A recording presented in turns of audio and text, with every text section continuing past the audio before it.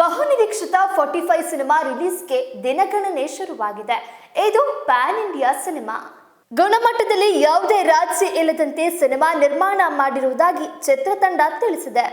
ಈ ಚಿತ್ರದ ಬಜೆಟ್ 100 ಕೋಟಿ ರೂಪಾಯಿ ಎಂದು ಹೇಳಲಾಗ್ತಿದೆ. ಡಿಸೆಂಬರ್ 25ಕ್ಕೆ 45 ರಿಲೀಸ್ ಆಗಲಿದೆ.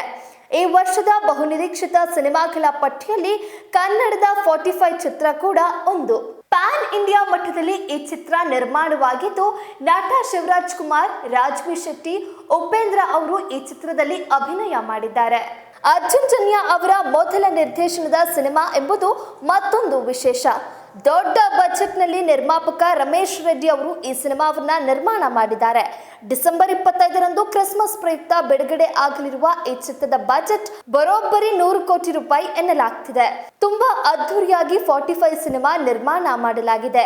ಈಗಾಗಲೇ ಬಿಡುಗಡೆ ಆಗಿರುವ ಆಫ್ರೋ ಟಪಾಂಗ್ ಹಾಡು ಎಲ್ಲರಿಗೂ ಇಷ್ಟ ಆಗ್ತಿದೆ. ರಾಜ್ಬೀರ್ ಶೆಟ್ಟಿ, ಶಿವರಾಜ್ ಕುಮಾರ್ ಮತ್ತು ಉಪೇಂದ್ರ ಅವರ ಕಾಂಬಿನೇಷನ್ ಆದ್ದರಿಂದ ಹೈಪ್ ಬಹಳ ಜೋರಾಗಿದೆ.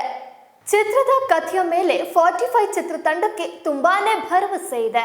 ಅದಕ್ಕೆ ತಕ್ಕಂತೆಯೇ ಬಜೆಟ್ ಸುರಿಯಲಾಗಿದ್ದು, ನಿರ್ಮಾಪಕ ರಮೇಶ್ ಅವರು ಸಂಪೂರ್ಣ ಸಹಕಾರ ನೀಡಿದ್ದಾರೆ. ಯಾವುದೇ ರಾಜಿ ಇಲ್ಲದೆ ಸಿನಿಮಾ ಮಾಡಿದ್ದೇವೆ, ಹೆಚ್ಚು ಸಮಯ ನೀಡಿ ಸಿಜಿ ಕೆಲಸ ಮಾಡಲಾಗಿದೆ ಎಂದು ಅರ್ಜುನ್ ಜನ್ಯ ತಿಳಿಸಿದ್ದಾರೆ. ಇಡೀ ಸಿನಿಮಾದಲ್ಲಿ 45% ಭಾಗ ಮಾತ್ರ ಗ್ರಾಫಿಕ್ ಇರಲಿದೆ. ಈ ಎಲ್ಲ ಕಾರಣಗಳಿಂದಾಗಿ 45 ಸಿನಿಮಾ ಮೇಲೆ ಅಭಿಮಾನಿಗಳಿಗೆ ನಿರೀಕ್ಷೆ ಜಾಸ್ತಿ ಇದೆ.